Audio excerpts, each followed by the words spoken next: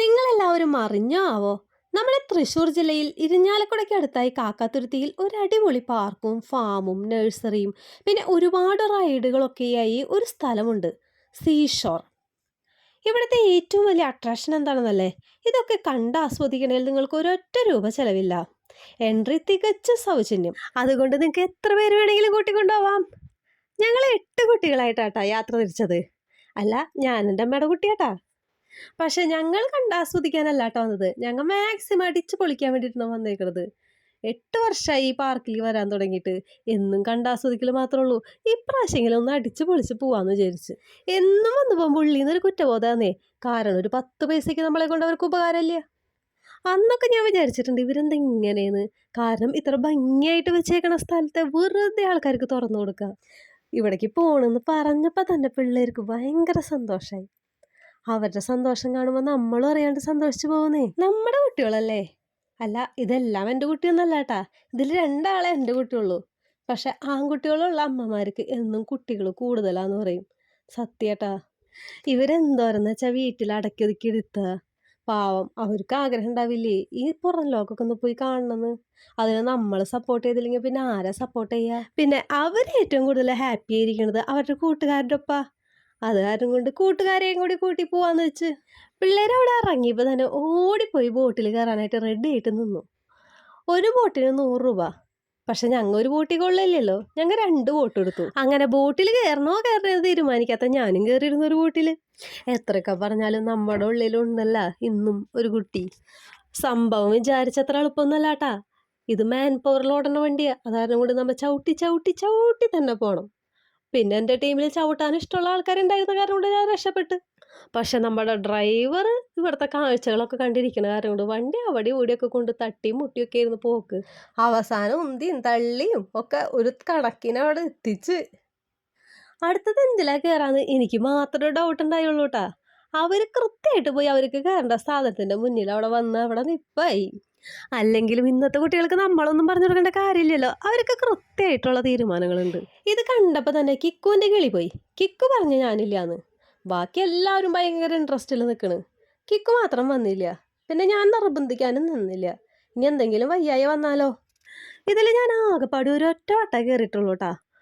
അന്ന് പോയ കിളി ഇന്നും തിരിച്ചു വന്നിട്ടില്ല. പക്ഷെ പിള്ളേരെ എങ്ങനെ ഒറ്റയ്ക്ക് വിടാന്ന് വിചാരിച്ചിട്ട് ഞാനും പോയി എടുത്തൊരു ടിക്കറ്റ്. ചെറുപ്പത്തിൽ ഇങ്ങനത്തെ പേടിപ്പെടുത്തേണ്ട സാധനത്തിലൊക്കെ കയറാൻ ഭയങ്കര ഇഷ്ടമായിരുന്നു കേട്ടാ. പക്ഷെ അന്ന് സാധിച്ചിട്ടില്ല. ഇന്നിപ്പോൾ സാധിക്കും. പക്ഷെ ഇതിൽ കയറാനായിട്ടുള്ള ധൈര്യമില്ല. അന്നുണ്ടായിരുന്ന ധൈര്യമൊക്കെ എവിടേക്കാ പോയെന്ന് എത്ര ആലോചിച്ചിട്ടും എനിക്കൊരു പേടിയും കിട്ടിയിട്ടില്ല. അന്ന് ഇരുട്ടിനെ പേടില്ല, ആൾക്കാരെ പേടില്ല, കാടിനെ പേടില്ല, മൃഗങ്ങളെ പേടില്ല, ഒന്നും പേടില്ല. ഇന്നൊക്കെ പേടിയാ. എൻ്റെ ധൈര്യം മുഴുവൻ എൻ്റെ അച്ഛനായിരുന്നു എന്ന് എൻ്റെ അച്ഛൻ ഇല്ലാണ്ടായതിന് ശേഷം ഞാനത് മനസ്സിലാക്കിയത്. ഈ കൂട്ടത്തിൽ ആകെപ്പാടി പേടിച്ചിരിക്കുന്നത് ഞാൻ മാത്രമായിരിക്കും കേട്ടാ. പിള്ളേരൊക്കെ എൻജോയ് ചെയ്തുകൊണ്ടിരിക്കുക. ഞാൻ അതിനുള്ളിൽ ഇരുന്ന് ഫുൾ ടൈം ആലോചിച്ചുകൊണ്ടിരിക്കുന്നത് ഈ കുറ്റിയെങ്ങാനും തുറന്നു പോയി കഴിഞ്ഞിട്ടുണ്ടെന്നുണ്ടെങ്കിൽ എല്ലാവരും കൂടി പറന്ന് താഴെ വീഴില്ലെന്നാ. ജസ്റ്റ് ഒന്ന് കുറ്റിയിട്ട് വെച്ചിട്ടുള്ളൂ ഫ്രണ്ടിലത്തെ സാധനം. അല്ലെങ്കിലും ഈ ആവശ്യമില്ലാത്ത ചിന്തകൾ എൻ്റെ മനസ്സിൽ കൂടെ എപ്പോഴും വന്നുകൊണ്ടിരിക്കും. അവിടെ നിന്ന് ഇറങ്ങിയിട്ട് പിന്നെ പോയത് കാർ ഓടിക്കാനായിരുന്നു. അങ്ങനെ ഞാൻ പോയി ടിക്കറ്റൊക്കെ എടുത്തുകൊണ്ട് വന്നു. വണ്ടി ഓടി തുടങ്ങിയപ്പോഴാണ് എല്ലാവരും ആദ്യമായിട്ടാണ് ഈ കാറിൽ കയറുന്നത്. അതാരോണ്ട് ആർക്കും അറിയില്ല അത് ഓടിക്കാൻ. ഇടി എൻ്റെ ഇടി, അവിടെ ഇടി ഇവിടെ ഇടി, മൊത്തത്തിൽ കൂട്ടടി ബഹളമായിരുന്നു. നന്ദുവിൻ്റെയും കിക്കുവിൻ്റെയും ഡ്രൈവിംഗ് സ്കിൽ കാരണം കൊണ്ട് മൊത്തത്തിൽ ബ്ലോക്കായി. അവസാനം നന്ദുവിനും കിക്കുവിനും ഒരു ഡ്രൈവറെ വെച്ചു കൊടുത്തു. ഒരു ചെറിയ പ്രാക്ടീസിൻ്റെ കുറവ് മാത്രമേ ഉണ്ടായുള്ളൂ. അത് കുറച്ചേരം കഴിഞ്ഞപ്പോൾ ശരിയായിരുന്നേ. പിന്നെ എല്ലാവരും അടിപൊളി ഡ്രൈവേഴ്സായിരുന്നു. ആംഗ്രി ബുള്ളിൻ്റെ മുകളിൽ കയറാൻ പേടിയാന്നും പറഞ്ഞിട്ട് കാറിന് ടിക്കറ്റ് എടുത്ത് വന്നോനാ. ദേ ഇരിക്കണ് കാറിൽ നിന്ന് ഇറങ്ങിയിട്ട് ഓടിപ്പോയി ബുള്ളിൻ്റെ മേല്. പിന്നെ ബുള്ളിന് ദേഷ്യം വരാണ്ടിരിക്കുവോ? അങ്ങോട്ട് കുലിക്ക് ഇങ്ങോട്ട് താഴെ ഇട്ടു.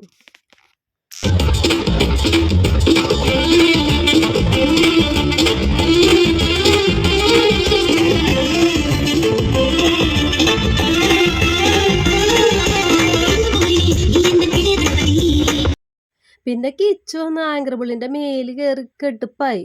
എന്തു വന്നാലും വീഴില്ല എന്നും പറഞ്ഞ്. പക്ഷെ ബുള്ളിനോടല്ല അവൻ്റെ കളി. ദേ കൊടഞ്ഞിട്ട് താഴെ.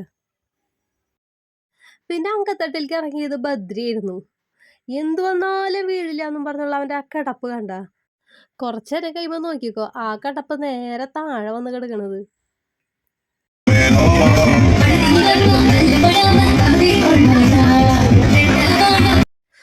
അവസാനം അങ്കത്തട്ടിലേക്ക് അർജുൻ ഇറക്കിയിട്ടാ. ഞങ്ങൾ വളരെയധികം പ്രോത്സാഹനമൊക്കെ കൊടുത്തുകൊണ്ട് അവിടെ കൈയടിച്ച് അർജു അർജു എന്നൊക്കെ പറഞ്ഞ് നിൽക്കുന്നുണ്ട്. പക്ഷെ എന്ത് ചെയ്യാനാ, അത് കൺട്രോൾ ചെയ്യണ ചേട്ടൻ അവിടെ ആകെ ഒരു പുള്ളുണ്ട്, ഒരു ലോഡ് ആൾക്കാരുണ്ട് കയറാൻ. അതാരം കൊണ്ട് എല്ലാവരും കുലുക്കി കുലുക്കി താഴെയായിരുന്നു. തൽക്കാലത്തേക്കുള്ളതൊക്കെ ആയിട്ടുണ്ടായിരുന്നു. ഞങ്ങള് റൈഡുകളിൽ കയറുന്നത് അവസാനിപ്പിച്ച്. ഇനിയും റൈഡുകളൊക്കെ അവിടെ ഉണ്ടായിരുന്നു കേട്ടാ. കുതിര സവാരി ഉണ്ടായിരുന്നു, ജെയിന്റ് വീൽ ഉണ്ടായിരുന്നു, ട്രെയിൻ ഉണ്ടായിരുന്നു, അങ്ങനെ ഇനിയും കുറേയൊക്കെ ഉണ്ടായിരുന്നു. പക്ഷേ തൽക്കാലത്തേക്ക് ഇന്നേക്ക് ഇത്രയും മതി എന്ന് വിചാരിച്ചിട്ട് ഞങ്ങൾ അവിടെ നിന്ന് അവസാനിപ്പിച്ച് പോന്നു. ഈ ട്രെയിനിന്റെ വരവ് കണ്ട, ഊട്ടിപ്പട്ടണ സിനിമയില് രേവതി വന്ന് ട്രെയിനിൽ നിന്ന് ഇറങ്ങുന്ന ഒരു സീനില്ലേ, ഇത് കണ്ടപ്പോ ആ സീനാണ് മനസ്സിലേക്ക് വന്നത്. ശരിക്കും ഈ ട്രെയിൻ അടിപൊളിയാട്ടാ. അധികം ചെലവൊന്നുമില്ല. ഈ ഫുൾ ഗാർഡനും പാർക്കും ഒക്കെ ഈ കൊണ്ടുപോയിട്ട്, ഈ ട്രെയിനിൽ കൊണ്ടുപോയിട്ട് എല്ലാ മുക്കും മൂലയും ഒക്കെ കാണിച്ച് നമ്മളെ തിരിച്ചു കൊണ്ടുവരും. ട്രെയിനിൽ കയറണമെന്ന് വെച്ചപ്പോൾ ആർക്കും താല്പര്യമില്ല. നമ്മളത്ര കുഞ്ഞു പിള്ളേരൊന്നല്ലല്ലോ ചേച്ചിയെന്ന്. ഓ എന്നാ പിന്നെ അങ്ങനെ ആയിക്കോട്ടെ എന്ന് വെച്ച് ഞാനത് ഇങ്ങോട്ട് വിട്ടു. ഞങ്ങളൊരാൾക്ക് 100 രൂപ ബഡ്ജറ്റ് ഇട്ടാ വന്നത് ഇട്ടാ. പക്ഷെ ഇപ്പോൾ ഓൾറെഡി 100 കഴിഞ്ഞ് 150 ആവാറായി. അതായതുകൊണ്ട് ഞങ്ങൾക്ക് ഫുഡ് കഴിക്കാനുള്ള പൈസ മാത്രമേ ഞങ്ങളുടെ കയ്യിൽ ബാക്കിയുള്ളൂ. അതുകൊണ്ട് ഇനി കാശ് ചെലവുള്ള റൈഡുകളിലൊന്നും കയറണ്ടെന്ന് ഞങ്ങൾ തീരുമാനിച്ച്. ഇതിൻ്റെ ഉള്ളിൽ ചെറിയൊരു ഹോട്ടലുണ്ട്. ഇവിടെ ചായ, കാപ്പി, ബജികൾ, അതേപോലെ മസാല ദോശ, ഐസ്ക്രീം, അങ്ങനത്തെ കുറച്ച് ഐറ്റംസ് ഒക്കെ കിട്ടും. ഞങ്ങളുടെ യാത്രയുടെ ലക്ഷ്യം ഫുഡ് അടി അല്ലാതിരുന്നത് കൊണ്ട് ഞങ്ങൾ ഫുഡിനായിട്ട് അധികം പൈസയൊന്നും കരുതിയിരുന്നില്ല. ഞങ്ങളൊരു ചായയും പിന്നെ ബജിയും പിന്നെ കുറച്ച് പോപ്കോണും കുറച്ച് വെള്ളമൊക്കെ കഴിച്ച് ഞങ്ങൾ ഒരു ഇത് അഡ്ജസ്റ്റ് ചെയ്ത് പോന്നു. പക്ഷെ പിള്ളേരുടെ വയറ് നിറഞ്ഞിട്ടുണ്ടായില്ല കേട്ടാ. അവരെന്നോട് ഐസ്ക്രീം ഒക്കെ വാങ്ങിച്ചു തരുമെന്ന് ചോദിച്ച്. ഒരു ഐസ്ക്രീമിന് 50 രൂപ. അത് കേട്ടപ്പോൾ തന്നെ ഞാൻ പറഞ്ഞു ഐസ്ക്രീം കഴിച്ചാൽ പനി വരുന്നു. ഇവിടെ നല്ലൊരു നഴ്സറി ഉണ്ട് കേട്ടാ. ഈ ചെടികളൊക്കെ വിൽക്കാൻ വെച്ചേക്കണതാ. ചെടികൾ മാത്രമല്ല കേട്ടാ, ഫലവൃക്ഷങ്ങൾ, പലതരം തൈകൾ ഒക്കെ നമുക്ക് വാങ്ങാൻ കിട്ടും കേട്ടോ. അത്യാവശ്യം ഈ ഗാർഡൻ്റെ ഒരുവിധം നല്ലൊരു ഏരിയ ഈ ഒരു സെക്ഷന് മാത്രമായിട്ട് മാറ്റി വെച്ചിട്ടുണ്ട് കേട്ടാ. ഒന്നും വാങ്ങിയില്ലെങ്കിലും ഒക്കെ പോയി ഒന്ന് കണ്ട് ആസ്വദിച്ചിങ്ങോട്ട് പോന്നു. അത് ഇവിടെ ഇരിക്കണതാണ് നല്ല ഭംഗിയാട്ടാ. പക്ഷെ ഈ ഭംഗി ആസ്വദിക്കാൻ പിള്ളേര് വന്നില്ല കേട്ടാ. അതിൻ്റെ അപ്പുറത്തുള്ള പാർക്കിലേക്ക് പോയി അവരവിടെ 2 റൗണ്ട് ഉരുളലും ഇഴുകലൊക്കെ കഴിഞ്ഞ് ഊഞ്ഞാലൊക്കെ ആടി നടക്കായിരുന്നു. ഈ ഹരിതാപവും പച്ചപ്പൊക്കെ പണ്ടേ എൻ്റെ വീക്ക്നെസ് ആയ കാരണം കൊണ്ട് ഞാനിവിടെ കുറേ നേരം ഇങ്ങനെ കറങ്ങി നടന്നു.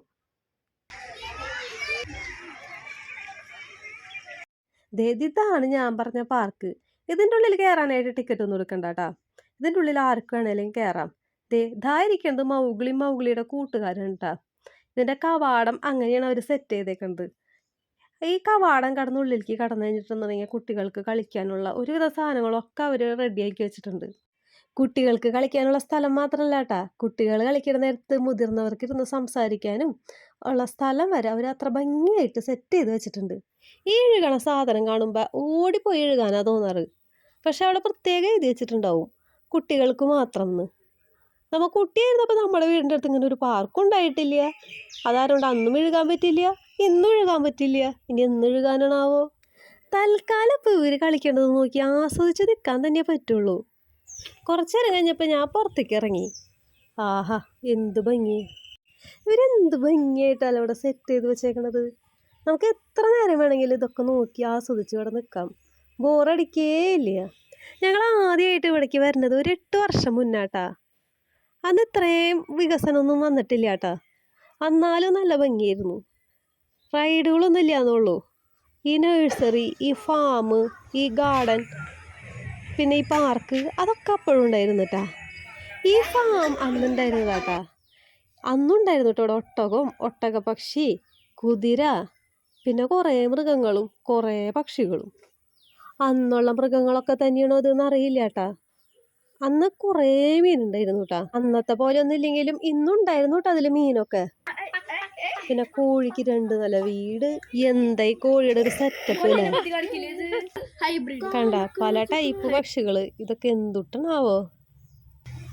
ഭക്ഷണമൊക്കെ കഴിച്ച് കഴിഞ്ഞപ്പോൾ ഇവന്മാര് വീണ്ടും ഭയങ്കര ആക്റ്റീവായിട്ടാ. ഇനിയാണ് ശരിക്കുള്ള കളി തുടങ്ങാൻ പോണത്. ഇതുവരെ കണ്ടത് വെറും ട്രയൽ മാത്രം. അങ്ങനെ കളിച്ച് കളിച്ച് നേരം പോയത് അറിഞ്ഞില്ല. രാത്രിയായി. 7 മണി വരെ ഇവിടെ ടൈം. പക്ഷെ 7 മണിയൊക്കെ കഴിഞ്ഞിട്ടാ. 7:30 ആയപ്പോഴേക്കും അവർ ഇവിടെ നിന്ന് ഇറങ്ങാൻ പറഞ്ഞു. പിള്ളേർക്കാണെങ്കിൽ കളിച്ചിട്ടും മദ്യം ഉണ്ടായിരുന്നില്ല. ഇവിടെ മൗഗ്ലിയുടെ പടം വെച്ചേക്കണത് എന്തിനാന്ന് പിന്നെ എനിക്ക് മനസ്സിലായത്. കറക്റ്റ് മൗഗ്ലിയുടെ പോലെ തന്നെയായിരുന്നു പിള്ളേര്. ഒരെണ്ണത്തീന്ന് അടുത്തതിലേക്ക് ഓടിപ്പോവാ. അത് കഴിയുമ്പോൾ അവിടുന്ന് അപ്പം തന്നെ തിരിച്ചിങ്ങോട്ട് വരാ. അത് കഴിഞ്ഞ് അപ്പം തന്നെ അടുത്തേക്ക് ഓടാ. ഇങ്ങനെ പാറി പറന്ന് നടക്കായിരുന്നു കേട്ടോ പിള്ളേര്. അവസാനത്തെ റൗണ്ട് സീസോ കളിയും കൂടി കഴിഞ്ഞ് കഴിഞ്ഞപ്പോൾ പിന്നെ ഞങ്ങൾ പോവാനായിട്ട് നോക്കിയിട്ടാ. പോണേല് മുന്നേ ഒരു റീൽസ് എടുക്കാമെന്ന് വിചാരിച്ചു. ഇവിടെ ഇപ്പം ആൾക്കാരൊക്കെ പോയിട്ടാ. ഇവിടെ തിക്കും തിരക്കൊന്നുമില്ല. അപ്പോൾ പിന്നെ ഞങ്ങളൊരു പാട്ട് വെച്ചിട്ട് അങ്ങോട്ട് റീൽസ് എടുത്ത്. സത്യം പറഞ്ഞാൽ ഇവർക്ക് കളിച്ച് മതിയായിട്ടൊന്നല്ല കേട്ടോ അവർ പോന്നേക്കണത്. ഇറങ്ങേണ്ട ടൈമായി. ഇനി കുറച്ച് നേരം കൂടി കഴിഞ്ഞിട്ടൊന്നും അവർ പിടിച്ച് ഞങ്ങളെ പുറത്താക്കും. അതിലും മുന്നേ ഞങ്ങൾ ഇറങ്ങി പോന്നേ ഉള്ളൂ. പക്ഷെ ഞങ്ങൾ ഇനിയും വരും കേട്ടോ. ഞങ്ങളുടെ ടീമിൽ വരാൻ പറ്റാത്തവരും കൂടി കൂട്ടി ഞങ്ങൾ ഇനിയും ഉണ്ടാവും.